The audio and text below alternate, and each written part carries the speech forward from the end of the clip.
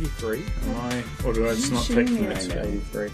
No, it is. It is? Yeah, I'm like... Did I already ask you? 83 no. You're like panicking your face and like, can I milk this? I was like, oh no, I've done it again. I've asked a question that I just asked. No, you're right. It is 83. Speaking of the 80s, do we want to play some D&D? What? Yeah? Okay. Take it. Sure. What, like third? What's the 80s? Like second edition? Yeah, I think it's AD&D. Yeah. So it's the one most people know outside of 5th edition, I think. Just from recent pop culture things. What, the 80s or AD&D? Both. Oh. I mean, that was the... Wait, no, because... That's the Stranger Things one. That's why I'm saying it. Anyway, enough about Stranger Things. We're here to play D&D 5th edition, Rime of the Frost Maiden. Do you guys remember what happened last week? No. Dogs. Oh, yeah. Big Dog Man. Met up with Bloodfang in the middle of nowhere. Indeed. What a nice person. He's a lovely chap. It's almost like he was waiting for you. You were making your way to Angajuk's pier to take a look and see what you can do with this whale, because you're trying to move past the sea of moving ice and into a misty island somewhere out there. On the way, because it will take a couple of days, you stopped off as the light was dying, even more than it normally does in Icewind Dale, near a camp.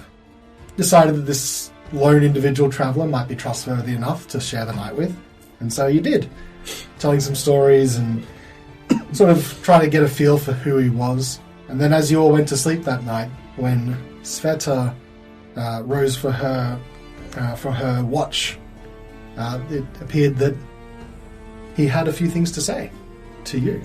He did. Eventually revealing that he was, in fact, the druid Bloodfang. And as he did that, he had his entire pack of wolves, escort him away into the distance. But not before Svieta woke everyone up. So now, everyone's awake, and you can hear the yips and howls of wolves in the distance. It's quite late. It could be like 12 in the morning or something. At night? 12 at night? Midnight? Yeah. If it is midnight, you look up and you can see the aurora starting to fill the sky of the nightly ritual. I really don't think Sveta's in any mood to appreciate that. I think I might have hit him with my laser. And I hike my skirt back down, because I had to climb up on the cart to shoot at him last time, I think. Yeah. Well, then why are you still a female? Well, that's a good point. I don't really need to do that anymore, do I? No. It was kind of fun. He unshaped... What's it called? Undisguised selves. Does that imply that you were sleeping as the... What was her name again? Oh, yeah. Brenda? Yeah, Brenda? What, were you just sitting there admiring yourself? Admiring. Hey, you don't know what I did in that tent. No, I don't. Oh, it only lasts for an hour, so... You keep recasting but it's because it's on I free. can, yeah. It's on an item that doesn't have charges. Yeah, I'm not worried about how often you can cast it, because you can cast it at will, so you just keep it. Well, then, I'm no longer Brenda. Sorry, everyone. Where am I again? I forgot, sorry. So you've all... Not that everyone has tents or anything, that you were all... Except for Valine. She had her own tent, and the rest of you were just sort of out on your, like, sort of... I think you built a little bit of shelter in this kind of place, and there was a fire. And there was also another tent that that Bloodfang was using too. And Svieta woke all of you up, so you'd be standing basically where you were sleeping. Okay. Valine, did you see that? Where are you? So, if you remember correctly, you had hustled Valine out of her bed, so she's also sort of like half asleep. You know, she's got her like her sleeping robe on, and she's like, oh, "What's going on?" Svieta, what happened? What's all that yipping? So the traveler that was there was actually Bloodfang. You remember when we were at the mine filled with kobolds? And we were about to go in and we got attacked by wolves. Oh, yeah. Yes. The icy wolf. Yeah. That was their pack leader, and he's, I think, definitely a druid, because he transformed into a wolf. But he is in cahoots with Auriel and wanted to recruit me for some reason. Wow. What did you tell him? Well, I shot at him, so I think that's a hard no. Because I don't want to be a part of her cult. But he did tell me that she had her lair on the moving ice where we're about to go. He disclosed that information. Yeah, I think he actually did want us to go there for her, like, willingly. I see. Whether or not that's a good idea, I don't know. So he was saying Auriel herself lives in the Sea of Ice on one of the islands. Yeah, she's... I think he pointed it out to me. It was like right, like out north onto the ice. Well, that settles it. That's where we have to go. Are you We have to end the winter. That's why we're here. I mean, we could kill her. Kill the dragon. What's a god? I mean, we're pretty strong. We'd be walking right into her lair. That doesn't sound like a particularly good course of action. What if we coaxed her out of the lair? Like stand at the front and call her name? Well, no, have her, like, come to us somewhere and pretending to join her and then we stab her. Oh, not a bad idea, but I think Bloodfang might report back soon, I think. We could hurl insults at her from the back of a whale as we drive past and see if she chases us. Where's your whale? Sorry.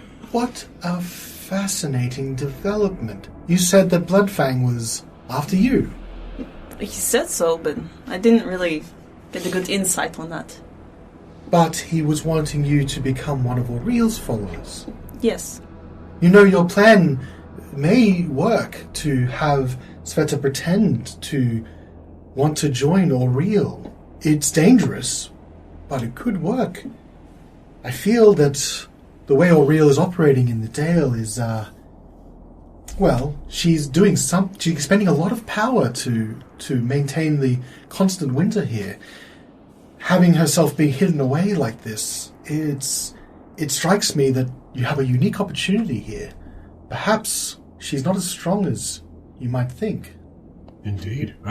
But I think the opportunity to pass off as potential followers may have passed us. Maybe, but do you think that if this Bloodfang individual that you've met before has tested you a number of times, perhaps he's willing to think that you'll come around on his proposition? Did he seem upset when you declined his offer? No, I think he laughed. Well, that's good news to me. That to me seems that he might think that you might change your mind later on. I feel like maybe he's trying to work on you, perhaps.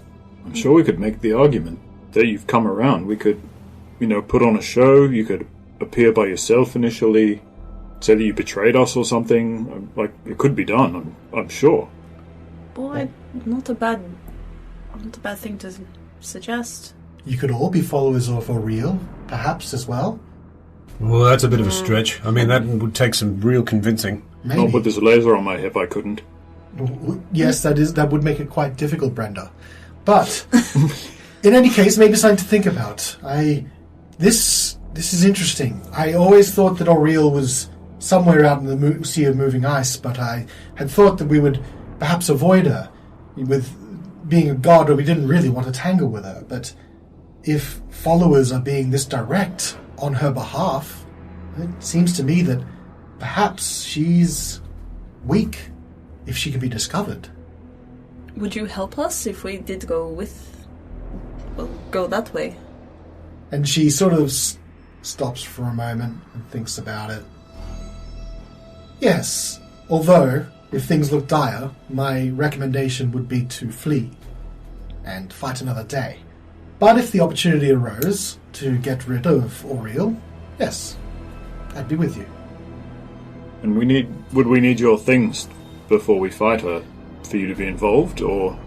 Well, the things are going to be on the island, so if you decide to fight her there, well, then that's easy enough for me to get my items and leave afterwards. If we decide to flee, my only condition would be that we find those items first. And then we can continue on with the first plan that we came to. Oh, so you think that she's going to be on the same island as the items? Well, that's what Bloodfang seemed to imply. Well, he just said she was out on the moving ice. There's a bunch of different icebergs there, of what I've been told. I don't think there's just one island. But I don't think it's a coincidence, though, that he mentioned where you were going and where she was. It's conjecture. Maybe we won't meet her at all, and this is all moot point. But perhaps it is worth preparing. Did Bloodfang actually point at a specific spot on the map, or...? He did not, but he just seemed to, when you told him where you were going, he seemed to sort of pick up and imply that she would be out there as well. So it might be true that what Horatio said, you may not even be going to the same place. And then Valine's point that it seems too coincidental to not point out is also true. Well, I don't see why not. If we go out there and she's not there, at least we get the items and then we can go to the glacier. If she's there, we should absolutely kill her. Agreed. I think it's best to prepare for both scenarios. Yeah. I'll get on my good kill spells. That's a good idea. Although I'm a little bit nervous, I can still hear the wolves in the distance. I guess I'll have to reset some of my alarms. I had not expected our fellow friend to need to trigger them, but I suppose I will have to now. Give me a few, and she ducks back in, and you can see, you just hear a bit of commotion. She comes back out, mostly dressed as normal, and she starts going around the campsite, and you can see she's casting spells every 10 minutes or so. I guess I'll continue. If we're continuing on into the night for the long rest, I will continue the rest of my hours of the watch and then pass on to the next person. Sure. Do you remember who was next? I think it was Carnelian first, then Svieta. I think I'm usually last. Yeah, because you like to rise with the sun and get some Get Pilates. some yoga in, yeah. And then so I think it must have been Horatio, then Wodun. Okay. So after about half an hour or so, maybe an hour, the rest of you have gone back to sleep at this point. Valine returns back to her tent. You've just watched her walking around the campsite, just out of the firelight, and she's casting spells. And then she says, "All right, Svieta, the rest of the watch is up to you. I'm going to sleep." All right, then. Sleep tight. And she makes her way back into her tent. By this time, the aurora that normally fills the sky is in full effect. The green light dances across the plains where you are, and you can hear the distant howls of those wolves, but they seem distant. After about an hour or so, you feel that it's time then to wake Horatio up. I'll just use my mage hand and pat his face with it to wake him up. Oh, yes, okay. I'm coming. Hey, Svieta. You got a minute? Yes. Svieta, I've been thinking, back in the tent when you healed, you were helping with the healing with, what's his name? Sheen? Sean. Sean, No, whatever. Sheen. Sheen. Yes. We were helping Sheen with the healing. I couldn't help but notice that some of the energy that you were emanating seemed to be very closely resembling that of the energy that I put out when I healed. How did you feel when you were healing those people? I felt very warm inside. Part of me, more so than taking it from nature, was being transferred to them. Felt really good. I was at peace. That's basically how it feels for me, too. I don't know if... you probably wouldn't have seen it, but I did cast a particular spell which you may or may not be familiar with. It's called Guiding Bolt. And I feel that some of that energy is a residual type of damaging type spell. Which felt a bit more spiritual than what I'm used to. Yes, I did notice a similar energy on when you did cast that spell. But I do feel much more close and inspired by you, and I think that's influencing my spells that I cast now. Well, I appreciate the sentiment, but I'm grateful that maybe you found a path, and maybe one that works for you. It's been a long journey for you to try and find something that fits, but maybe Kellenvor is the one. I feel so. It's definitely not Oriel, I tell you that. I felt very strongly towards picking Kellenvor over her, over any other god, but even then I'm still not sure. But I feel much more confident in that kind of answer now. Well, another thing I was thinking of, if Oriel is there, and we kill her, our mission is complete. Will that end the winter, though? I would imagine so. I would hope so. Well, if it does, then we can finally leave the 10 towns. Yeah. Although, would you want to go back to, where? Durlusk. Durlusk, yeah. Yes, absolutely. Oh, good. I think maybe we spoke about this briefly recently, but I'd love to go back and, I always go, every time I go back, I like to pay respects to Jeffrey. I'll lay a flower on his grave. Oh. I've actually heard, well, the most recent information that I received before I came to the 10 town, so it's probably only still about a month ago, is that my family back in Durlusk had actually acquired a new puppy, so I'd love to go and meet her. We have to. It sounds wonderful. We should absolutely do that. Yeah. It's a long journey. I feel like it might be one of the final destinations. I'm sure there's other places to go. I was going to say that perhaps Wodun would like to go to Luskan, but maybe he doesn't now, so... Probably not. No. Would it be, if I do follow the path of Kellenvor, would I have to go to Baldur's Gate to do something now? To be a cleric or anything? If you asked me that question even a week ago, certainly 2 weeks ago, I would have said yes. What's happened to me recently would make me think otherwise. You don't want to go back? I don't think I need to. I think I've got what I went for, and now I'm actually forging my own path. Really? Well, when you start banishing senior priests, you start forging your own path. I beg your pardon. Well, you aren't familiar with what I did back in the House of the Morning Lord? No. So I may have had a disagreement with, there's 2 priests of Kellenvor. And in the heat of the moment, I actually banished the more senior of the 2 to another plane of existence. And he came back and he looked very cross. I would too, actually. So I think that bridge is burned. I think it's fair to say I'm no longer a member of the church. But I feel my powers are just as strongly, if not stronger. It is somewhat amusing to see you so rebellious against your organization, but that sounds like it's going to have consequences for you in the future. I'm not concerned. I'm willing to face them if and when they come.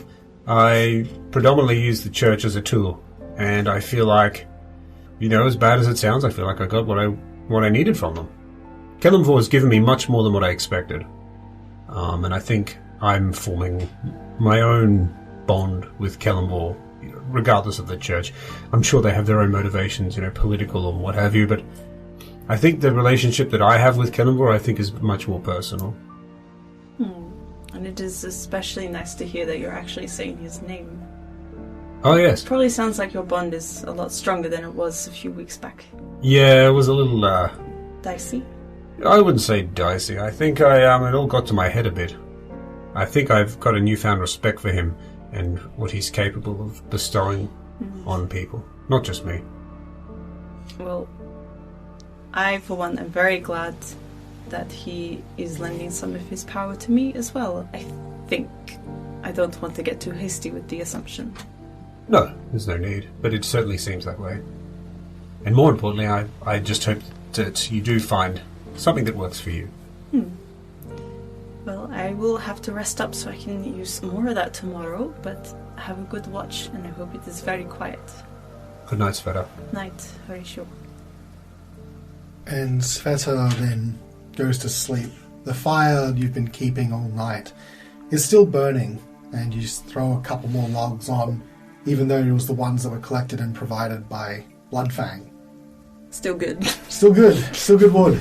That's good wood. That's hardwood, mate. That's some hardwood right there. That's bloody ironbark, isn't it? Horatio, you Yeah, man. once Svieta goes to sleep, you wait for a bit, and you hear the soft sounds of her falling to sleep, and you are alone once again with your own thoughts here in the Dale. Everyone trusting you to keep watch. Is there anything in particular you want to look for? My mind will start drifting to what might happen at the end. Is this the end of the mission? Will we see Oriel there? If we do, are we ready? But I won't allow myself to go too far down that train of thought because I want to maintain concentration on what's around me. So I guess I'll just do a quick check if that's all right. Just for any signs of movement, or listen out as well. Roll a perception check. Okay. 8. You hear the sounds of those wolves in the distance. It seems that they are never too far away, but never getting closer. Certainly far enough away that, you can't see them and you don't feel like they're imminently there, but just seem to be reminding you that they're around. The light of the aurora plays in the sky for hours and hours. And as it begins to fade away, your watch ends without too much more excitement. And you go to wake up Wodun. Wodun. Huh. Wodun, it's your turn, my friend. Okay. Alright. I'm pretty keen to see this aurora, actually. It's something to behold.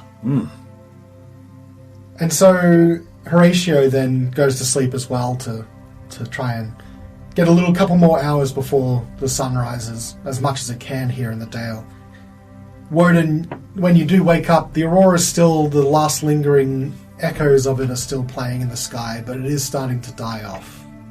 In a couple hours, the sun will peek over the horizon, but it will be dulled as it always is through Icewind Dale. As it starts to get a little bit lighter, I'll get up and start doing my stretching. Put down my mat on the floor in the snow. Take all your clothes off. Yep. At least the pants. That's weirder than you just put the pants off. Wait, were you wearing a dress? Like, as a That was woman? only when I was disguised. Oh, so you can change your clothes too. Actually, that's how Oh, it that's was, pretty yeah. nifty. Pretty cool hat. Pretty cool hat. It's a whole ass outfit. Yeah. Minus pants. Now it is. And so you go stretching away. You're really just focusing in on yourself. Roll, Modesty check. No, he doesn't need that. You know what? I'm going to get you to roll an intelligence check. Uh-oh. Smart. Or an investigation check. You choose. I think it's the same. Investigation. Oh, that's actually not bad. 14. 14. It's not too bad. You're there doing your Pilates exercises. You haven't really been paying attention to your actual watch. Like, you haven't been looking around for movement or stuff. You just assume that if anything happens, you'll be able to react in time with your vibrant, well-stretched body. Nimble. Nimble. It's exquisite. And it lets your mind wander about the events of that evening. The traveller that you had with you. And, coming to that place and feeling like, when in retrospect, it was obvious that this person was waiting for you. Obvious, but only in retrospect. And as the light starts to crest and the morning starts to come into play, you finish your Pilates session and something occurs to you that you didn't think about before. Yelsum had a tent. That tent is still here. He didn't leave with it. As he's finishing up stretching, he's going to be kind of like doing, more sort of Tai Chi movements, trying to focus his magic and channel energy and that sort of thing. And he's feeling a little bit of anger, like it's kind of peaked in him that Oriel is right there, and he is pretty keen to get out there and finish his quest and end the winter and save the people. And with all this that's gone on, he's sort of building up a bit of resentment towards her. And so as he's kind of just thinking about that, he'll kind of have that realization that you mentioned, and and sort of snap his head around and look towards the tent, and he'll make his way over and sort of carefully push the tent door open, tent flaps. So you approach the tent and peer inside. What you notice, first of all, is that the inside of the tent is fairly Spartan. There doesn't appear to be any personal effects lying around or anything like that. You don't see a sleeping mat or anything like that on the ground, or you don't see a backpack or anything similar to that. In fact, the more you look around, the more you see maybe shreds of things, discarded things. Roll a insight check. 19. You begin looking around. So there's one thing that does catch your attention right away, but apart from that, I'll get to it in a second. Apart from that, you're looking around and you see all these sort of scraps of material, maybe? You think you might see a half-broken tool in the corner, and it dawns on you as you then look up and look at the tent canvas itself. It seems to be in pretty poor condition. And putting two and two together in your head, you begin to realize you don't think anyone's used this tent in a very long time. This probably wasn't his tent. It's possible that it's an abandoned campsite. But the thing that does strike you as very odd is right in the middle of the tent, there is sort of a mound of snow that's built up. Is there, does it look like it's from a hole in the tent? Or it's just is it weird that it's there? It's weird that it's there. I mean, there's certainly small holes in there that are hard to see from the outside, that where the snow has been let in over time. And there's sort of a blanket of snow all over the place. But you can see it seems to have been scooped up and covered, whatever it is that's there. Wodun will sort of shunt a little short sword into existence as his packed weapon and kind of poke the snow to the side to try and, gently, but just to move it and see what's under there. You start doing that, and you start spreading the snow away, and it starts falling off whatever this object is, and every so often the blade sort of seems to hit something solid and stop. And eventually you sort of move enough snow across from the top of it that you can peer down, and it looks like a massive chunk of ice. And there seems to be something suspended in the ice. I'll sort of, without touching it, sort of shovel it towards me a little bit and get a closer look. You shift it towards you and more of the snow falls away. And eventually what you sort of find is a oval of ice, maybe about a foot and a half long, maybe a bit more, maybe 2 feet long. And as the snow falls away and you brush it aside, you can see the ice is actually very, very clear. It's the snow that's obscuring most of it. And it seems that there is some things suspended in the ice, but in the darkness here in the tent you can't tell what it is. I'll kick the ice just out the door of the tent, and with is it the hilt of the sword? The bottom? I'll just smack it on top and try and crack the ice. Okay, so you kick it out of the tent, and following outside, you then see it in the full light and try and bring the hilt of your sword down on it, and it sort of just bounces off. You try and strike it a couple of times, and it doesn't seem to be making any indent. But now in the light, you can see that it is a very, very clear piece of ice. No imperfections whatsoever. And suspended in that ice looks like ash? The shit is this weirdness? Hey, hello, guys, wake up. I found a weird ice ash thing. What? A weird what? I don't know, it's weird. Some sort of witchcraft. What do you mean? It's like ash suspended in this really clear ice. I'm coming over. Please. Like a little explosion of ash? It looks like someone collected a bunch of ash and mostly packed together, some of it towards the edges of it, in a bowl, and then just froze it over.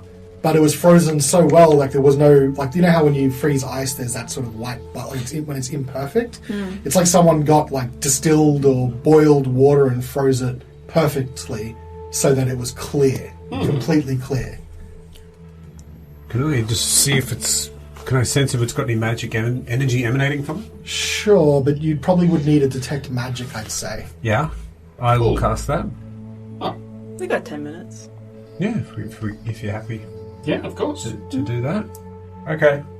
Okay, so you get to casting Detect Magic. Yep. I do. Okay, so Carnelian casts Detect Magic. Well, I've taken something else. Well, now that you said it, I can't. Seems like I can't do it. You do it. can you not actually cast Detect Magic? I haven't taken it. I think he can. Okay. I just think he doesn't have it on his prepared spells. Yes. Oh, I'm not feeling it today. Sorry. I didn't press that. I didn't press that button on the Callan menu. Yeah, it says unprepared for some reason. Okay, so that means that Carnelian casts Detect Magic instead. It does. After 10 minutes or so, the magic, and by this point as well, Verlene has exited from her tent. She looks like she's been well rested enough, but she seems a little bit like she'd prefer to be in a nice comfortable bed inside, but she's slumming in her tent. And she notices what you're doing, and she comes over, and she can see you're casting Detect Magic, so she waits. And as soon as your Detect Magic goes off, you get the feeling of multiple different schools of magic emanating from this thing. You can see there's some conjuration magic. You can see that there is some necromancy. And you can see there is some transmutation. Oh, interesting. What is it? Well, I don't know yet, but there is multiple different kinds of magic at work here on this thing. It's fascinating. Right, gotcha. I pull out my crowbar and start whacking with that instead. No. Well, one of the other pieces... Okay, so if you manage to clip one of the clip it with the crowbar, it bounces off again, and you get a flash of abjuration magic as well. Oh. Apparently it's protected. Where did you find this? Oh, I just had it from Luskin. It's my trusty old crowbar. Oh, you mean this thing? It was in the tent over there. It must have either belonged to Bloodfang or whoever used to own this tent. With the detect magic still up, if I go investigate the tent. The tent doesn't appear to have any sort of other special magic to it. The only thing you feel emanating, apart from conceivably Valene's tent, because you're not even sure what she's got in there, but is just this item. Interesting. Quick question, Callan. Yes. We're aware that we're still more than a day away from the Yes, that's correct. Anjuguk's pier. You got a couple days of travel ahead of you still. I'm just, if you'd allow, I'm just going to quickly reshuffle one thing because he would know that. I just wanted to take Identify. That's all. I think. Should we nick this tent? Nick. Oh, absolutely. Yeah, but an old tent's better than no tent. Yeah. Or shiver. Prestidigitate the smell of oldness off of it. Maybe. Does it smell bad, or is it just like musty? Must. How's the stag? Doesn't smell bad because it's been like in ice and snow. But if you do want to take it, you have to clear some of the bottom out of it as well as the snow's rested in. You might want to... Does anyone have mending? I do. You may want to mend some of the holes that have formed into it as well. Yeah. No. Okay, well, Why not? I shan't do that. They're air holes for breathing. Makes the tent go faster. I'll spend a couple minutes mending it. Okay, so you can fix it up the tent, but one thing that does disturb you is when you shift all of the snow out of the bottom of the tent and sort of clear it out, you do find bones. No. Looks to be the remains of someone. Could I quickly try to identify what part of the body they might come from and if they're human? Well, do a medicine check. You got it. Can I assist? Sure thing. Hey, Svieta, have a look at this.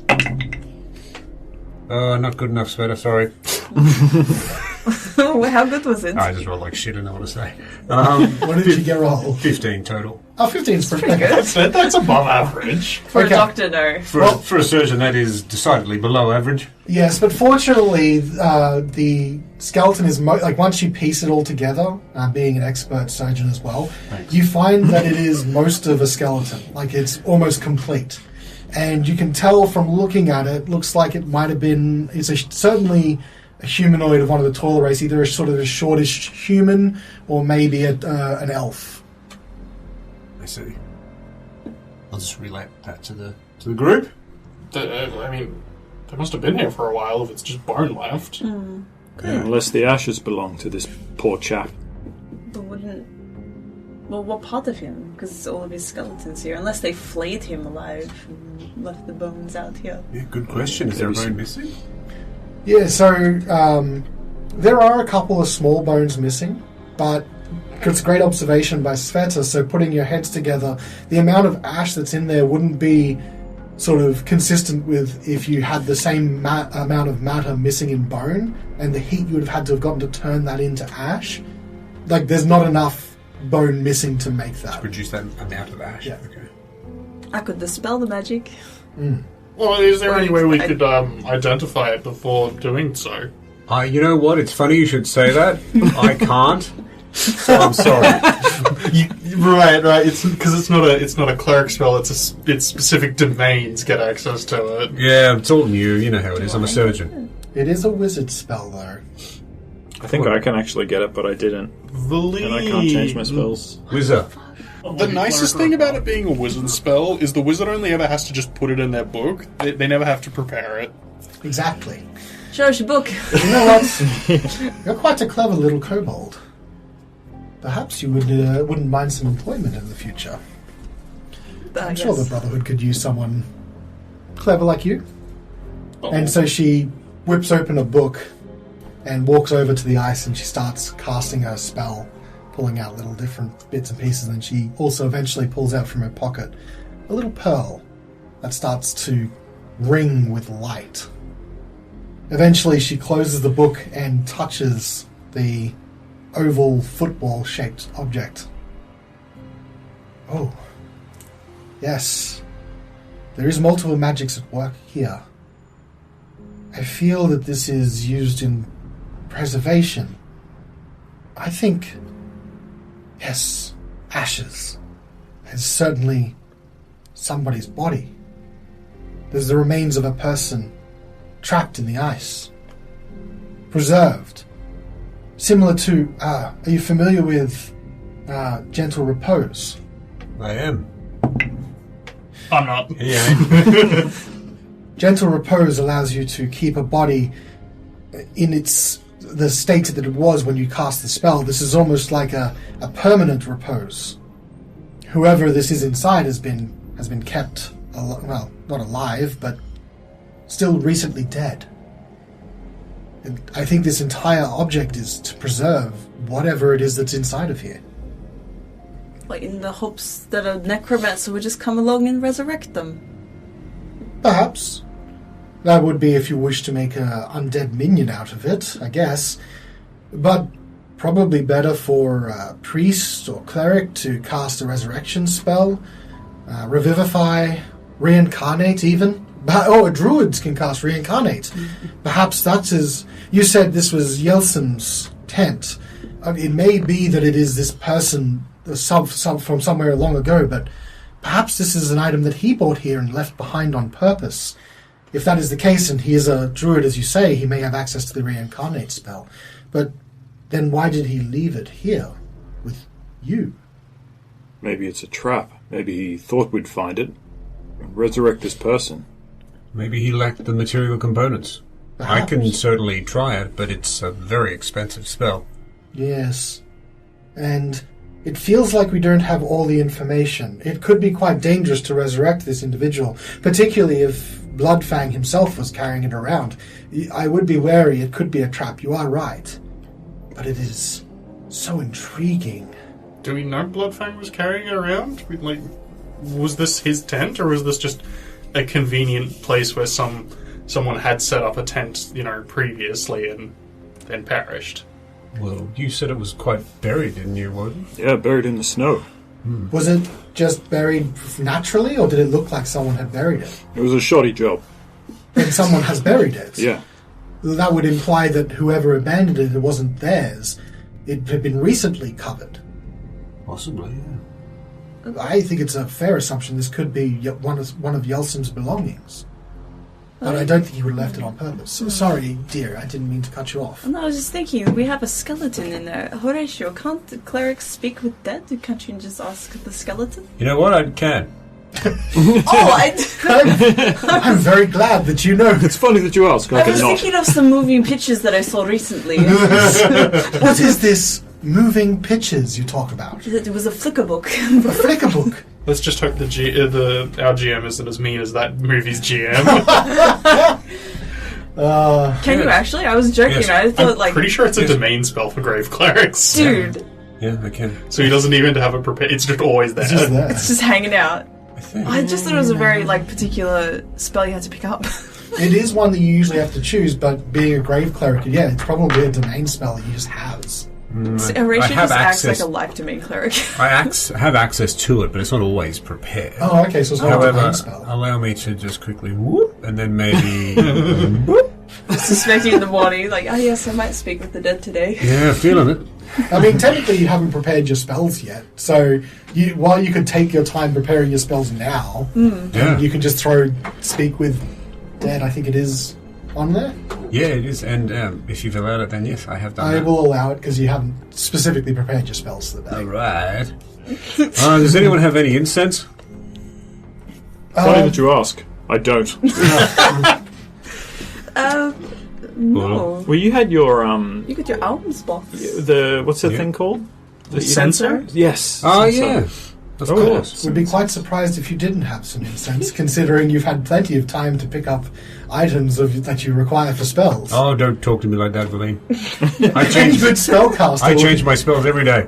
any good spellcaster would know all the material requirements they would need. Yes, spoken like a true wizard. Indeed. Well, I am a wizard. I do have my sensor here. So if we're happy, I will attempt to communicate with the skeleton. Sven just sits in the sand, like snow, and just is so excited. Yeah, so is Wodun, actually. He's never seen this before. Don't bother, Oh, watch. Is he gonna talk to her? Is it gonna get skin again? Is that how it works? I don't know, but I'm quite excited as well. How does it work? Show us. It's funny you should ask. And I just don't say anything. Just stares at a skull, and at the end he just goes, I knew him, Horatio. I knew him. All right. Well, I'll take out the sensor and I'll just walk around the skeleton a few times and do a couple of over him, that kind of deal. And then I will cast. Well, I'll actually appeal to Callan to, grace this poor soul with a few final words to answer our questions. And cast talk with dead. Speak with dead. Have a chit chat. The spell goes off after your ritual, appealing to Kalemvor, and as you finish the spell, a grey shaft of light seems to temporarily pierce through Icewind Dale's perpetual dawn and strikes the body of the skeleton that you've laid out. And you just see the bones start to move and jiggle as like little bits of them sort of reconnect to where they were. And eventually the half of the skeleton that is all connected, it sort of only does the top half. It just sort of like lurches up and goes... and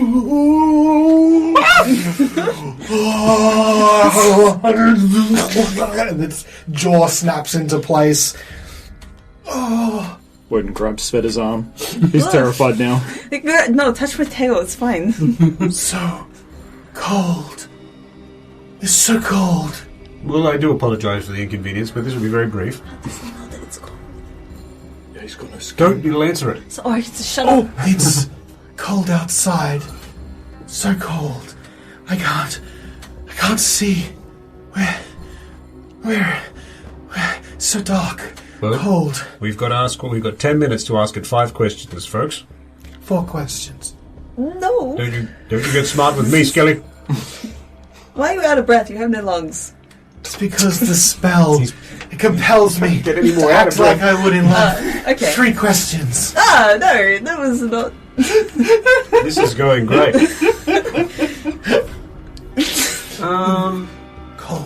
Cold. Can you ask where he's from? I can see my breath. Is he speaking common? Can we all understand him? Yeah, he is speaking in common. But every so often, you can hear like slips of another language in there, like someone who's not a native common speaker, like some of their own tongue. Has anyone got? Well, what languages does everyone have? Elvish and Druidic. Okay. Celestial common. Common, Draconic, Dwarvish. Yep. And I'm the same. A combination of what's been said. Svieta, you recognise the Elvish. Every so often, there's Elvish words mixed in there, but they're all on the same variation of being cold and frightened and darkness. Okay. I have a question. Where is Auriel's lair located? Auriel. I was looking for Auriel, but so cold, so damn cold. If we can find her, she lights the sky every night. It's damn cold. It's still cold, and it's somewhere in the sea of moving ice, an island. It's her home. She flies from the sea every night. She feels the sky. Oh, it's the beautiful green light. Cold, so cold. Is it worth asking who he is? Do you think? Ask I what don't know. the thing we found is. Wait, no, we already know what that is. Ask him if he knows why it was here. Like who the remains are. And why it was preserved? Okay, that's 3 questions. Well, did we work out? Did we work out that it was definitely this from the medicine check? Did we work out that it definitely was this guy that was the Ash? Not enough. You time. didn't think so. Oh, okay. All right.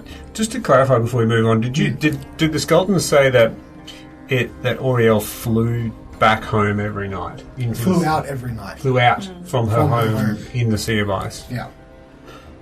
I see. I guess a good question that could encompass it all is like, who was he in life, which would give us his name and perhaps a position, like if he was an old town speaker or something like that, or Yeah. like a person of prominence. Yeah, good one. Okay.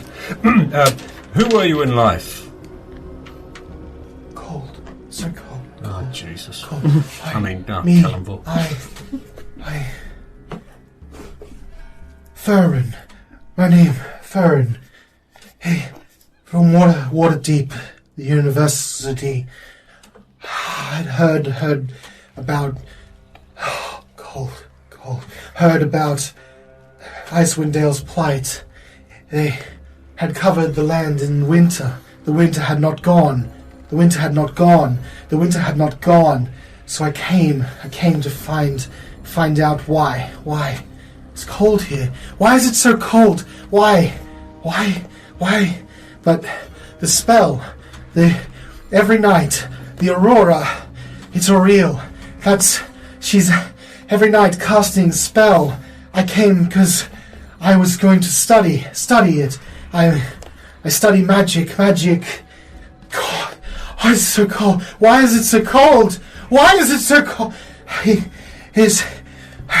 I came from Waterdeep to see why. I found that every night that she would cast the spell, she would expend great quantities of divine power to keep the Dale cold. It's so cold. Why have you brought me here? It's so cold. It's so cold. You better ask him these other questions pretty quick, or he's just going to collapse anyway. Who needs 10 minutes? He sounds like someone of like quite knowledgeable. Perhaps he knew Copper Nogba. You know that little science experiment. Maybe he was coming up to help them with that. From He did Waterdeep? say something like freeze a crowd or... They were expecting a dead person. What is But it? that's a long shot. Maybe I could ask him what his involvement is with Copper Nobunaka. No, It could be a waste of a question. that seems too specific a question. We're assuming that he does know him, because that could lead on to a lot of other stuff if that... But if he doesn't know him, then yeah, it's a waste. What if we show him that orb that you still have for some fucking reason? The Summer Star. Yeah, Big Bang Theory orb. Why wouldn't I still have it? It's scary. Anyway. I mean, it didn't kill me. So do we want to show it to him or not? Do you think we should? I don't see why not. Or ask him what his involvement is with the Summer Star? We show him both. Like, show him and then ask the question. Okay. We've got... I'm going to say... Callan, do we have 2 questions left? I'm not going to tell you. But you've answered probably just about 5 now. I'm just not sure if any of them are jokes or not. Or he's still up. He's still up. This is the annoying part. Is like how many times were you joking when you said that? How many times was I joking? Zimma? No, that's not fair. That's not how the spell's supposed to work. Just keep asking your questions. I reckon 2. I'm going to guess 2. So I reckon. We could ask about the star. We could also ask if he'd learned any way to end the winter. Oh, true, or kill Auriel. If he came here, he must have, like...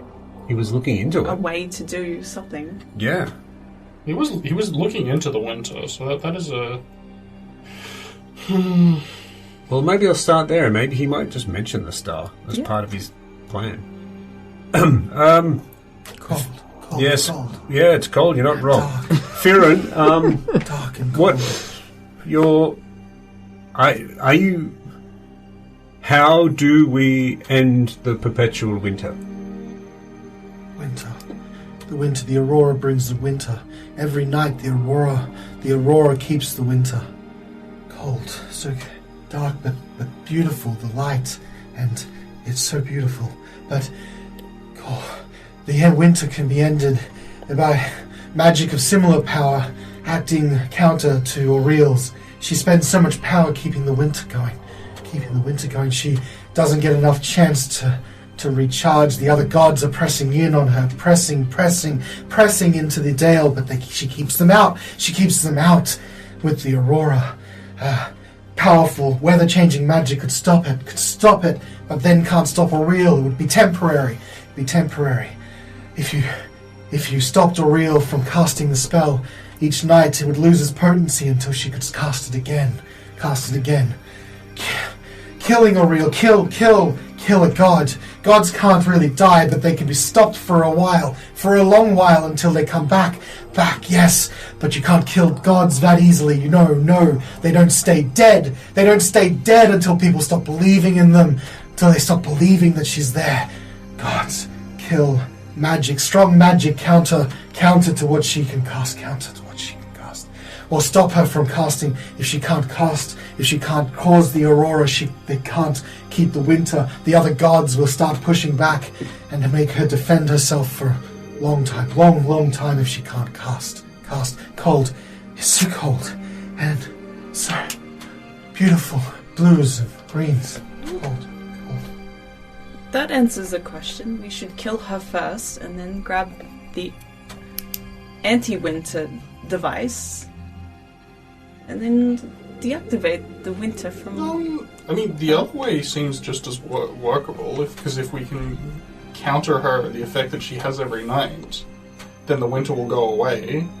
Well, it'll lessen her means to keep the other gods away. And maybe we don't have to kill her. And if nobody believes in her, then she weakens.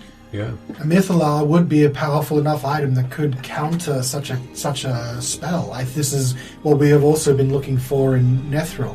Although it's interesting what he said, it doesn't mean you can kill her, or at least kill her temporarily.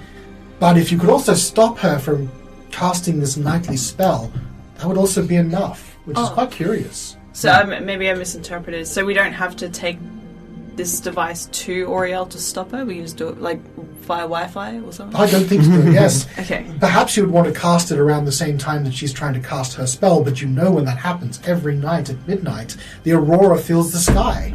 I didn't even realize that till now. That is Auriel. She's casting her spell every night. So just turn it on at midnight when she's... good enough good as any idea, really. Okay, yeah, let's... Yeah, but we just have to assume the coverage is sufficient. I mean, Aurora's, I'm getting into nitty-gritty here, but it's more of a visual thing, isn't it? I think really The visual phenomenon of the aurora is a byproduct of the spell. She's casting it nightly to keep her domain to herself and expending all that divine energy, and then she retreats to her home. Okay. Let's not get into electromagnetic waves. Yes. Well, But it's interesting, there seems to be a couple different ways to deal with her. is he still up? He does appear to be still very cold. He's got one more. Do we want to ask who the preserved ashes are then? Like, I can ask that, but do we want to... Is there some kind of outcome we want from asking that question? determine whether or not it's worth to resurrect them? We could ask, I guess, what it is, and if he doesn't know it wasn't his. We kind of already know what it is. I feel like asking who it is gets the same thing. Either he doesn't know and that wasn't his, but if he does know, then maybe... I could ask him something about the location of the devices, and if he is familiar with the layout, and if there's anything he can tell us about the location. Oh, sorry, what's the wizard's name? Valine. Valine. Well, Valine already knows mostly that, doesn't she? Are you familiar with the place? Yes, I've divined it. They're definitely on the island that we seek. I see. We now suspect that maybe that's where Aurel's home is. It's not 100% certain, but sounds like a good theory. He may know something that your divination was unable to glean. Entirely possible. I wasn't looking for Aurel herself. I was looking for the items. He seems to be much studied in something to do with the magic affecting the 10 towns. Honestly, it's not my area of expertise. No, I don't think he knows where she exactly is. So I'm not going to ask that question. Well, I might ask the question about the ice unless anyone else has anything else they want to think about it. No, go for it. Okay. Firen, Yes. who... Collapses. Son of a bitch. Whose remains are these encased in the ice? Ice. Cold ice. And his head sort of creaks up and looks at you with the eyeless holes in the skull, and they look towards you as if they can see. Dark, but I see what I don't understand. What is that? What have you got? I don't understand. I don't know. What is that? It is some magic. I don't know. I don't understand. What is that? Cold, so cold and dark. Callan will be with you, Firen. And also with you. He's still... Oh, this is awkward. Looks like we've got another one. Oh, ask what he did at Waterdeep. What was his occupation? Maybe he was an artificer or something. Okay.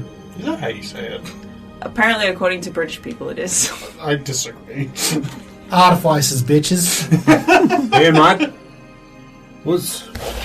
Hang on, wasn't there some other location to the far northeast of here? In the glacier. Glacier, yeah. That's after we got the things from the island. That's where Valine wanted us to go next. To Buried City, I think. Yeah, it was like an ancient flying city that had fallen into the glacier. Right. Valine, were you able to locate exactly where that flying city had fallen within the glacier? Oh yes, at least enough to be able to go to the place we could open up. That's I know right. where it is. Yes, Okay. the rugged glacier. Yes. I mean, you could ask the question if you wish. He may have more information, but, that would also imply that he was here looking for that in the first place, and by the sounds of it, he was more here for real. If we have another question, should we ask him about Copper? Yeah, maybe. And his son, the The other guy?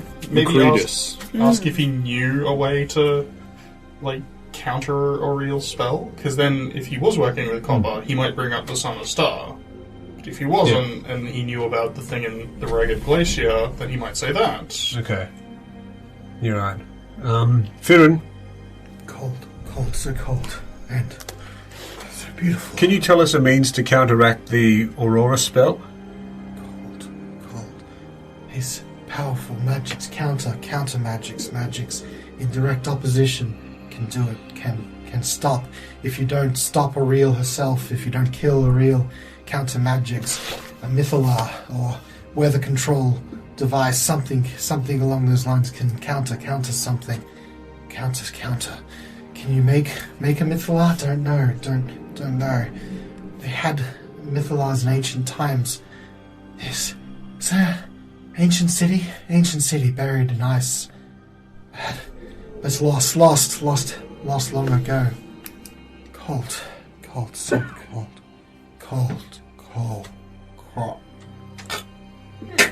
And the bones start, like, as he's going this sort of undulating movement, the bones start to stiffen up and fall off his body, and eventually the head rolls backwards and the whole skeleton falls back into the snow.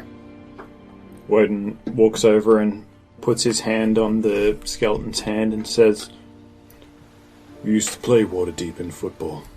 One last time, brother. 1, 2, 3. Go Griffins! Rest in peace." What? That random corpse had a lot of information. It was bursting at the seams with information. He wasn't wrong, it was quite cold. What Still a is. great spell. Yeah. Yeah, you like that. I did. Oh well, maybe we'll find some more corpses. We should make more! No. We should avoid making them unless it's absolutely necessary. Okay, let's find more. Okay. I like that wording better. Yeah, I like that wording better as well. We'll find some corpses. I'm so excited. I'm surprised that you're taken to speak with dead.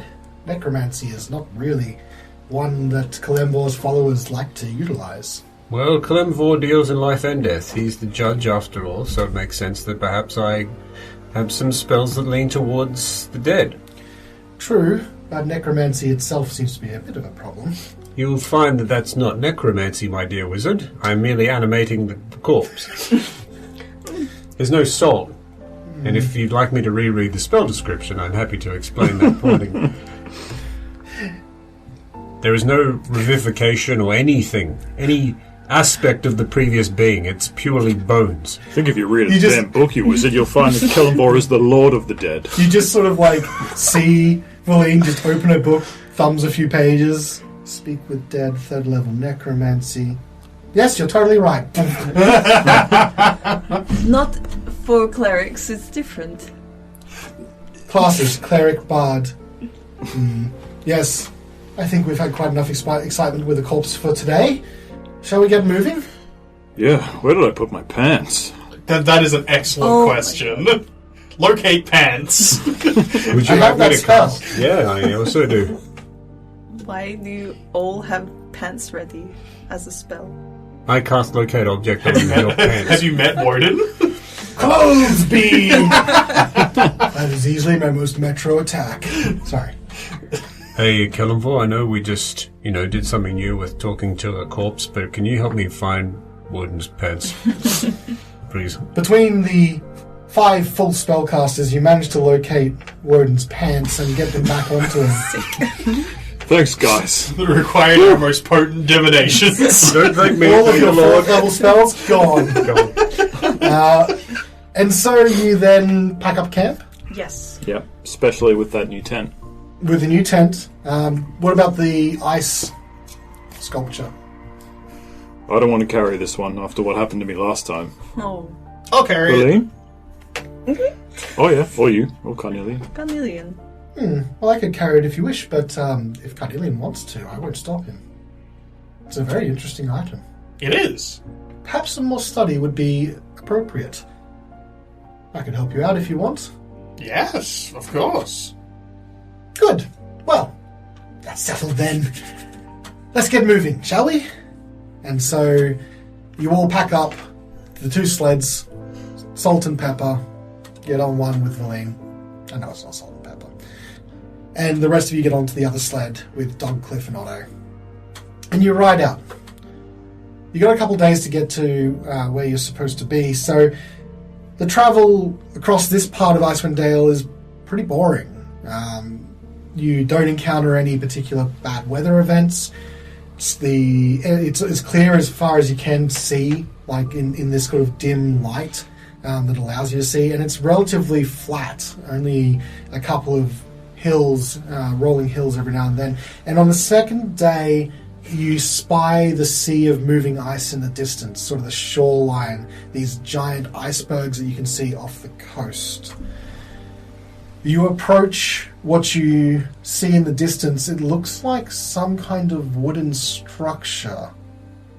And as you pull up to it, to find out what's inside, you'll have to come back next week on Reflex Save.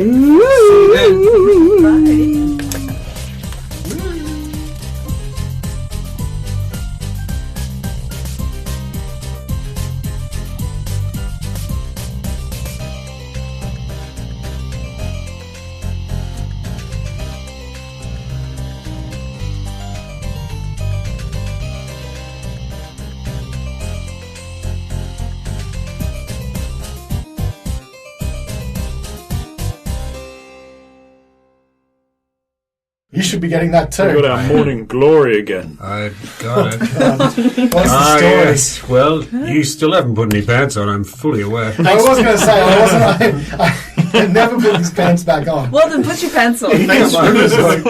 What's this? Butt naked, get your sword out. Holding it like across my genitals. Look at this, guys. It's crystal clear. It's kind of blown out by the ash, so it's okay. It's just like, it's a little bit cold, is it?